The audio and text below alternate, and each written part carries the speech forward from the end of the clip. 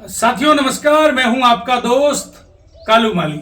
साथियों आज अपने साथ है सोहनी कुमारी, जो जिनकी ये एक्टर भी है, प्रोड्यूसर भी है, और इनकी फिल्म आई थी कुछ दिन पहले जो बाड़मेर और अन्य अन्य अन्य जिलों में भी सिनेमा घरों में लगी थी। तो सोहनी कुमारी जी से आज बात करते हैं, इनकी कौन सी फिल्म थी, कितना समय लगा था, और सोहनी कुमारी जी कब एक्टर बने हैं। बाड़मेर के गुड़ामालानी के निवासी है। सोहनी कुमारी जी नमस्कार। नमस्कार आपको। मैडम मेरे दर्शकों को बताइए, आपकी कौन सी फिल्म थी और कितना समय लगा था इस फिल्म को तैयार करने पर, और आपने किस पर ये फिल्म बनाई है। ये फिल्म थी आखिर पलायन कब तक, जो बाड़मेर से मुझे बहुत प्यार मिला था और इधर सिनेमा घरों में रिलीज हुई थी, आपके आंचल सिनेमा में, और पूरे भारत में रिलीज हुई थी।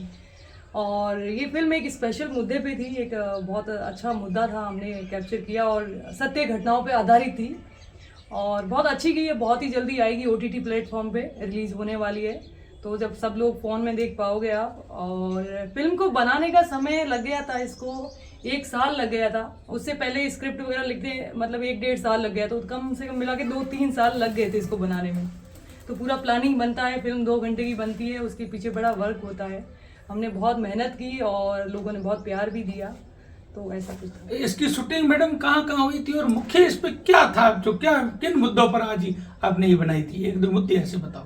ये फिल्म बनी थी जैसे मैं अगर बोलूँ, ये जैसे आप बोलते हैं ना कि एक सेंसिटिव इलाका बन जाता है, तो हमारे यहाँ तो इतनी प्रॉब्लम नहीं है, खुली जगह है।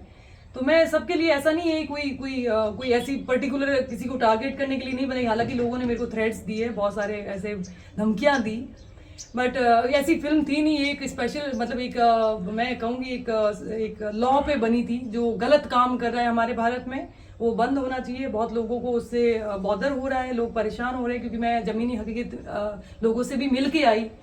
तो जहाँ एक जो अपने मुस्लिम भाई जहाँ बढ़ जाते हैं, ज़्यादा हो जाते हैं, तो वहाँ हिंदू लोग धीरे धीरे पलायन कर जाते हैं। तो हमने वो दिखाया कि वो लोग क्यों पलायन कर जाते हैं, क्या परिस्थितियाँ वहाँ क्रिएट हो जाती है। तो ऐसा नहीं होना चाहिए।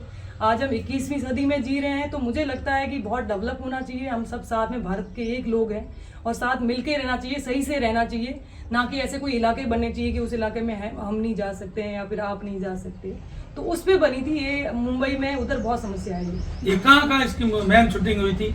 हमने पूरी शूटिंग उत्तराखंड में की थी, देहरादून में और देहरादून के आसपास के सारे इलाकों में। कितना समय लगा था इसको तैयार होने में। 1 साल हो गया। 1 साल में पूरी हाँ। शूटिंग वूटिंग सब जी। तो ये मैडम कितने बजट से ये फिल्म बनी थी आपकी।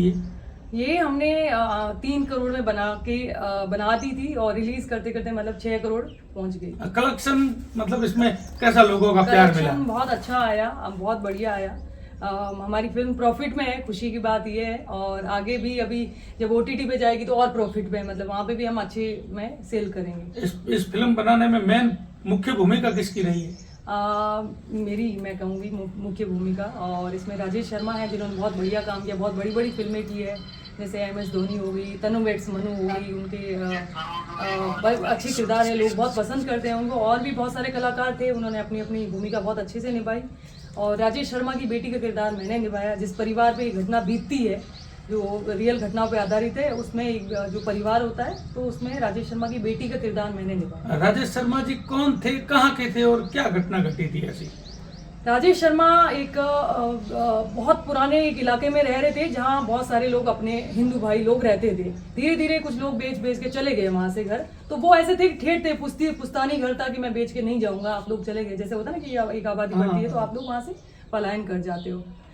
तो वो नहीं जाते हैं लास्ट तक, सब लोग चले जाते हैं, तो उनको बहुत दिक्कतें आनी शुरू होती है। अकेले हो जाते हैं तो लोग वहाँ पे कुछ चीज़ें ऐसे मानसिकता वाले लोग होते हैं जो उनको परेशान करना शुरू कर देते हैं। और किस तरीके से करते हैं वो फिल्म में पूरा दिखाया गया है। उन्होंने फिर प्लान किया। हाँ, उनकी जमीन हड़प लेते हैं, घर पे कब्जा हो जाता है, जमीन पे भी कब्जा कर लिया जाता है। जो मैं लॉ की बात कर रही हूँ, जिस लॉ ने मतलब ऐसा उसको मतलब पुरानी सरकारों ने, मैं कह सकती हूँ खुला ओपनली, क्योंकि आप पढ़ सकते हो इसके बारे में, ओपनली सारा कुछ है।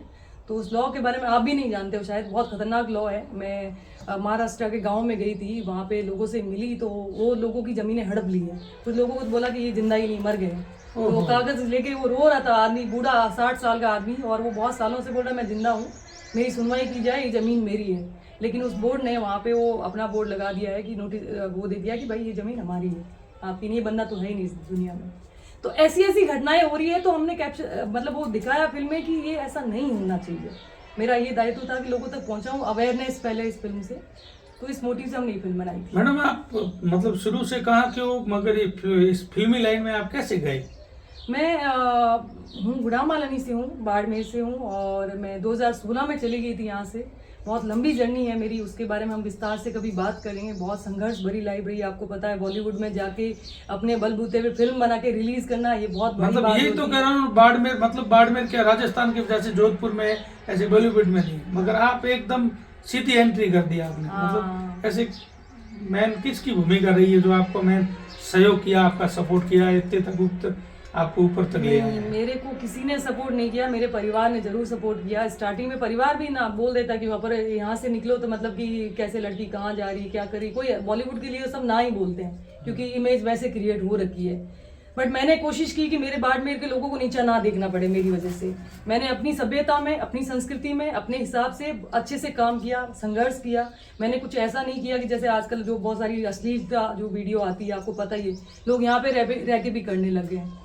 तो मैंने कहा कि भाई मेरा बाड़मेर और मेरा राजस्थान मेरा सम्मान है, मतलब मेरी इज्जत है। अगर मैं कुछ गलत करूँ कल बॉलीवुड में जाके, तो लोग बोलेंगे देखो ये बॉलीवुड में जाके वो कहते हैं कि अश्लील वीडियो बना रही है, वो कर रही है, या फिर कुछ अश्लील फिल्मों में काम कर रही है। मुझे भी ऑफर बहुत आया, ऐसा नहीं है, बट मैंने पैसों की तरफ नहीं देखा, मैंने इज्जत की तरफ देखा कि पहले मेरा बाड़मेर है, कल को मैं कुछ गलत करूंगी तो मैं वहाँ नहीं जाऊँगी, लोग बोलेंगे अरे यहाँ की लोग, अरे बाड़मेर की लड़की है, ऐसे वीडियो बनाया बॉलीवुड में जाके। तो मैंने इसके पीछे भी मेरी बड़ी मेहनत रही, क्योंकि मैंने बहुत सारी चीज़ें नहीं की जो इसके लिए आपको संघर्ष करना पड़ता है। आपको पता फाइनेंशियली वो चीज़ें हो, बट पहले इज्जत आती है, पैसा बाद में आता है। पैसा हम कमा लेंगे, इज्जत होना बहुत जरूरी है। इज्जत कमाना बहुत मुश्किल है। तो उस सभ्यता में, अपनी संस्कृति में रह के, अपना बाड़मेर का, अपने राजस्थान का जो ख्याल रख के मैंने आज इतने सालों बाद यहाँ पहुंची हूँ, और आप लोगों का सबका प्यार मिल रहा है, ये खुशी की बात। तो अब आगे क्या प्लानिंग है आपकी और नई फिल्म की? अभी नई फिल्म की प्लानिंग ऑलरेडी हो गई है, कर रहे हैं हम लोग, लिखी जा रही फिल्म, और बहुत जल्दी शुरुआत करूंगी। अब हम लोग बनाएंगे दूसरी फिल्म। उससे पहले अभी इलेक्शन आ गए थे, तो मेरा एक बहुत मन हुआ कि यहाँ पे चलो मैं एक अंतिम सवाल आपसे करूंगा। आप वहाँ एक्टर हो, प्रोड्यूसर हो, मगर राजनीतिक में प्रचार करने के लिए बाड़मेर आप आए हो, कैलाश चौधरी का कैसे मन बनाया आपने? मैंने ये खुद से बनाया। मेरे को ऐसा नहीं कोई किसी ने बोला कि आप आके प्रचार करो, ये करो, क्योंकि मैं इसलिए करना चाहती थी। मैं रहती बॉम्बे हूँ, लेकिन बाड़मेर से जुड़ी हुई रहती हूँ, सोशल मीडिया के माध्यम से हो या फिर अपने लोगों से माध्यम से हो कि क्या हो रहा है। तो मुझे लगा कि इस बार कुछ ऐसा 3 कोण बन गया है, तो हाँ, तिरकोना मुकाबला बन रहा है, जो कि गलत है बाड़मेर के लिए। अगर ये बाड़मेर की सीट जाती है तो आज हमें बहुत प्राउड के साथ, बहुत गर्व के साथ मोदी जी को ये सीट देनी चाहिए। कैलाश जी है, बहुत अच्छी बात है, वो कैलाश जी उनके नेतृत्व में काम कर रहे हैं, पहले हमें मोदी जी देखना चाहिए ऊपर। आज ये जो नए लोग आ रहे हैं, डायलॉग्स बाजी कर रहे हैं या फिर कुछ भी कर रहे हैं, उससे कुछ नहीं होने वाला, उससे राजनीति नहीं होती है, इन्फ्लुएंस होता है। तो बहुत सारे लोग आ रहे हैं, जा रहे हैं, आते रहेंगे, जाते रहेंगे, काम करने वाला एक ही बंदा है, और मोदी जी का लास्ट टर्म है। तो मैं चाहती, मेरा जीवन पक्का मैं मोदी जी से मिलूंगी, लेकिन मैं उस नज़रों से नहीं मिलना चाहती कि मोदी जी मुझे देखे कि बाड़मेर की सीट लास्ट टर्म में मोदी जी ने गंवाई। मैडम आप फिल्मों में एक्टर हो, हाँ, और बॉम्बे जैसी बड़ी बड़ी सिटियों में रहने वाली, अभी आपने 10 दिन तक लगातार आप प्रचार के लिए गांव गांव ढानी जा रही हो, कैसा लग रहा है? मुझे बहुत गर्व हो रहा है, बहुत अच्छा लग रहा है। अपने लोगों के साथ मिलने का मौका मिल रहा है, और अपने बहुत सारे लोगों से कनेक्ट होने का मौका मिल रहा है, और मैं मोदी जी के लिए एक प्रचार कर रही हूँ, तो वो मेरे लिए बहुत गर्व की बात है। मेरे को ऐसा नहीं है कोई, मैं अपनी गाड़ी लेके आई हूँ मुंबई से, यहाँ अपनी गाड़ी लेके हर जगह जा रही हूँ, लोगों से मिल रही हूँ, लोगों को अपील कर रही हूँ, अपने से, खुद से होता ना, एक आम नागरिक आदमी होता है ना, कि भाई देश के लिए जो कुछ करना, मेरे को बहुत मैं एक भारतीय होने की मेरा दायित्व है, मेरी जिम्मेदारी है कि मैं अपने क्षेत्र के लिए, अगर सीट हिल रही है तो मुझे लगता है कि मुझे ये जितना हो सके मैं एफर्ट्स करूँ। बाकी तो ऊपर वाले के हाथ में है, अब यहाँ की जनता के हाथ में है कि वो किसको जिताती है। मुझे लगता है कि मैं अभी भी आपके माध्यम से भी अपील करूँगी कि मोदी जी को वोट दें और मोदी जी को जिताएं। मैडम आपने देखा लोग बॉर्डर की तरफ जो रहने वाले लोग हैं ना, वो आज भी कितने पीछे है? बहुत पीछे है।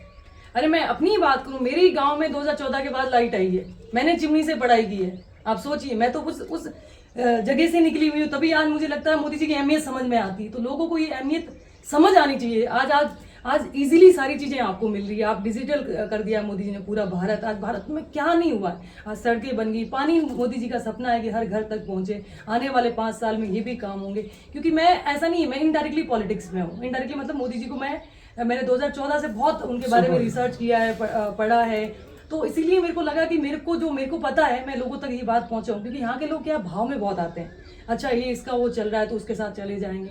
क्योंकि मुझे लगता है कि यहाँ के लोगों को सूझबूझ से फैसला करना चाहिए, ना कि कोई भाव में आके। आपने देखा ना, हाँ। वो जो बॉर्डर पर रहने वाले लोग आज भी पानी को तरस रहे हैं, बूंद बूंद पानी को तरस रहे हैं। हाँ, ये मैं बॉर्डर पे गई तो मुझे एहसास हुआ, और लोगों से मिलके मुझे बहुत दुख हुआ, अंदर से तकलीफ हुई कि पानी के लिए समस्या रही है हमारे बाड़मेर को, स्पेशली बाड़मेर जैसलमेर, ये बॉर्डर इलाके है और यहाँ पानी की दिक्कतें हैं क्योंकि ये रेगिस्तान इलाका है।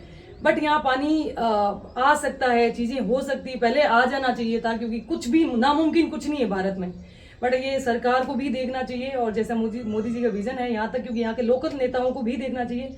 अगर आज की तारीख में कोई पानी के लिए तरस रहा है तो ये हमारे लिए शर्मनाक है, मतलब बहुत शर्मनाक वाली बात कहूँगी मैं, क्योंकि पानी ही जल ही जीवन हम बोलते हैं, और लोगों को बहुत, मतलब वहाँ मैंने देखा, वो दर्द दिखा मुझे बॉर्डर के इलाकों में, आज भी पानी नहीं है। मैडम, आप बॉर्डर के इलाके में घूमी हो, आप 10 दिन लगातार वहां जा रहे हो।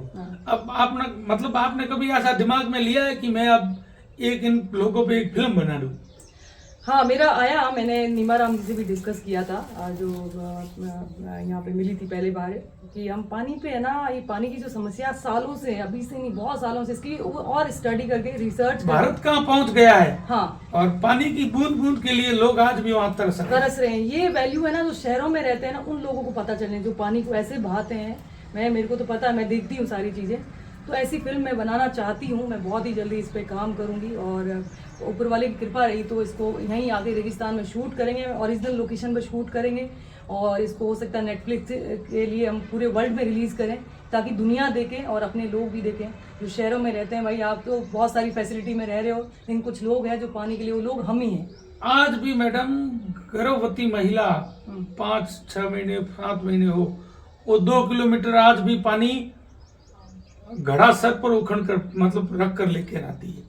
आज भी वहाँ बॉर्डर की ऐसी स्थिति आपने देखी? मैं देख के आई हूँ, ऐसी ही स्थिति है वहाँ, मैं देखी, और बहुत दूर दूर से वो पानी लेके आ रहे हैं, बूंद बूंद के लिए तरस रहे हैं।